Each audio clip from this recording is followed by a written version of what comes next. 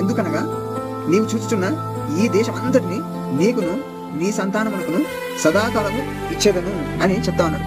అయితే ఇక్కడ అబ్రహాంకి ఇస్తానన్నాడు, ఆయన సంతానానికి ఇస్తానన్నాడు. అయితే మనము 15వ అధ్యాయానికి వచ్చినప్పుడు ఇక్కడ అబ్రహాం గురించి అందుకనే మనకు అపొస్తలుడైన పౌలు చెప్తాడు, ఏమంటాడంటే దేవుడు ఇస్తానన్నటువంటి ఆ స్వాస్థ్యంలో అరికాలు మోపినంత స్థలం కూడా ఆయన స్వాస్థ్యంగా పొందలేదు అని చెప్తాడు. ఎందుకు పొందలేదు అంటే ఆయన చేసినటువంటి ఒక అశ్రద్ధ వల్ల ఆయన ఆ స్వాస్థ్యాన్ని పొందుకోలేకపోయినాడు.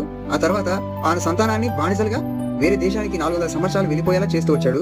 మన జీవితంలో కూడా దేవుడు మనకు చెప్పినటువంటి విషయాలని మనం అబ్రహాంలా మనం అశ్రద్ధ చేస్తూ మనం కూడా అలాంటి నష్టాన్ని తెచ్చుకోవద్దని అబ్రహాం జీవితంలో జరిగినటువంటి ఈ యొక్క దృష్టాంతాన్ని ఈ కడవరి కాలంలో మనం అలాంటి పరిస్థితుల్లోనికి మనం ఆత్మీయమైన జీవితంలో వెళ్ళకూడదని దేవుడు మనతో మాట్లాడుతున్నాడు. కాబట్టి మనం అలాంటి విధానంలో కాక మనం దేవుడు చెప్పినటువంటి విధానంలో దేవుడు ఇచ్చినటువంటి ఆత్మ మీద ఆధారపడి మనం సరైనటువంటి విధానంలో దేవుడు చెప్పినటువంటి పనిని చేయడానికి దేవుడు మనకి కృప అనుగ్రహించుగాక.